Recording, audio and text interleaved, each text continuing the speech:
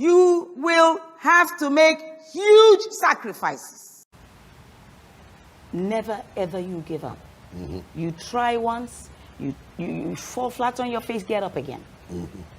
So if you don't prepare, if you prepare, you prosper. Yes. So you can prepare to prosper or prepare to fail. Okay. Hello, African Risers. Welcome to the #1 platform for celebrating and cultivating African excellence. On today's episode, we learn from one of Africa's wealthiest women, Mrs. Folorunsho Alakija.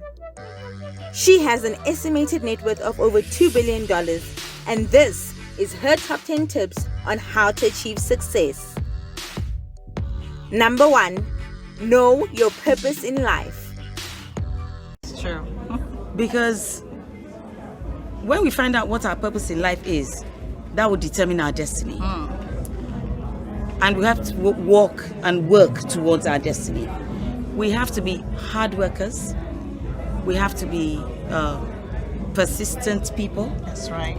We have to be able to persevere. That's right. We have to know that it's only those who work hard That's right. that can achieve their aims and their purposes. Life, that's right. When you're looking for a mentor, you need to have identified what you want to achieve in life. And then go and look for those who have gotten there, seen it, done it, and excelled in it. That's right. That way, you can learn from them. That's right. And make sure that you hold on to them. Yes. Because you find that anybody that you approach as a youth, and you approach someone who has already done everything that you want to achieve, and you speak to them, usually they're always very willing. That's right. They always feel very honored. And they will do their best. That's right. To help. They usually don't leave you halfway there. Yes. They hold your hand and they take you all the way. Yeah. Because they want to be able to say at the end of the day that they were able to help somebody in life. That's right. And the more they're able to help more people, That's right. the more personal satisfaction that it gives them. Number 2, never take no for an answer. Never take no for an answer. I didn't take no for an answer. I never will take no for an answer. And for me, there's no such word as can't. One of the very first things that one should do is always to ask God first. To ask God where He wants you to be. What He has planned for your destiny. And I believe that if you do that, against all odds, no matter what may be thrown at you, you will still be standing the way I'm standing today. Number 3, get yourself geared up. My education, as far as going to school every day is concerned, ended up with my diploma in the secretarial course. And I carried on wanting to improve myself. Okay. Especially when I came into the oil industry. Right. Because I was a totally new level. Right. And you need to get yourself geared up for something you're getting yourself into. Otherwise, you'll fall flat on your face. Information is knowledge. Knowledge is important, and it is wealth. You cannot really succeed in life without getting education and without getting information, without getting yourself ready to face the world.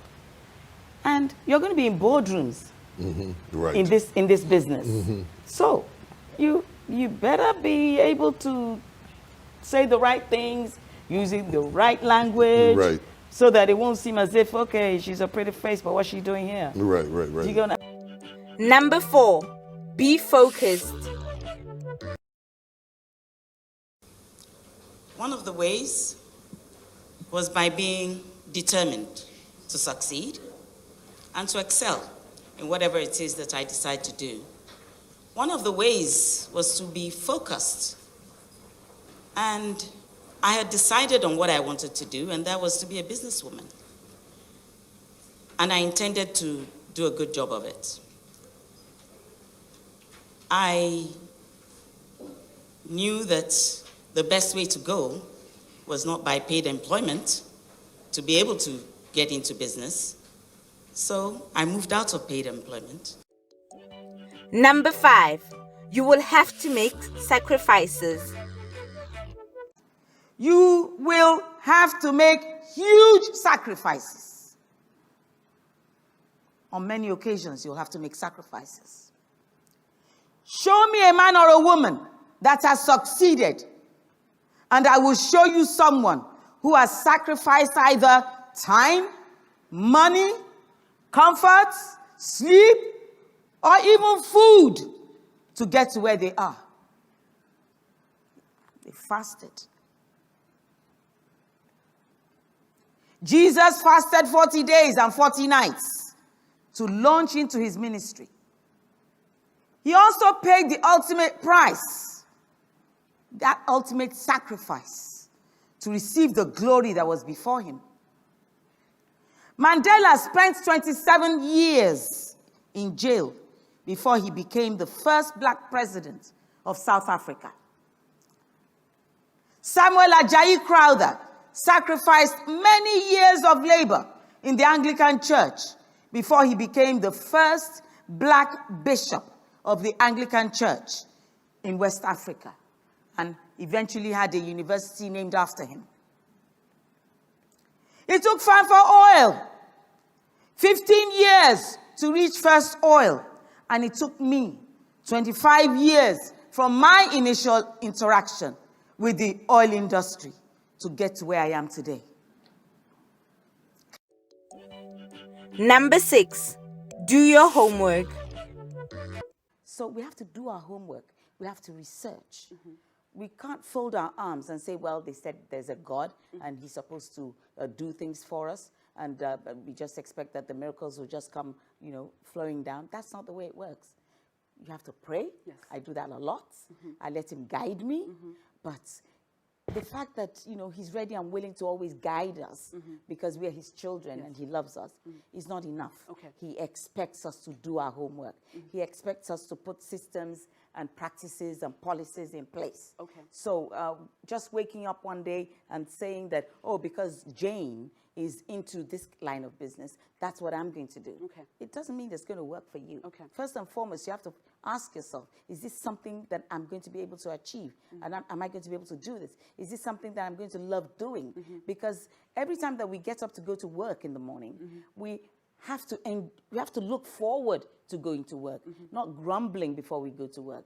If it's not your line of business or the kind of thing that you would enjoy doing, then you're in the wrong line of business. Okay.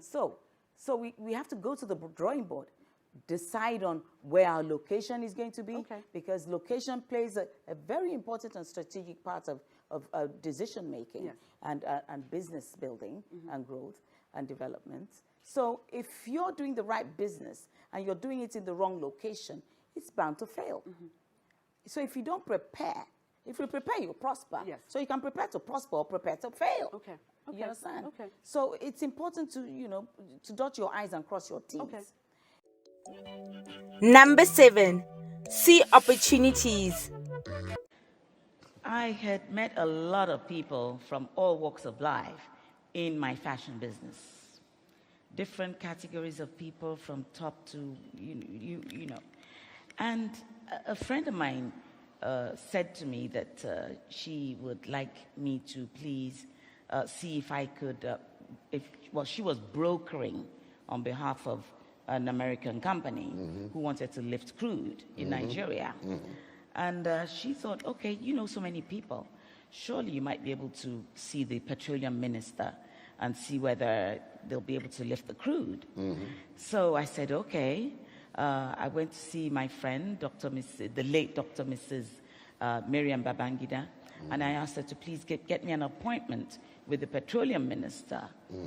I told her the reason, and she got me the interview, the appointment. And I saw him. I told him why I was there, and he wasn't inclined towards giving out more of Nigeria's crude to, to multinationals and what have you.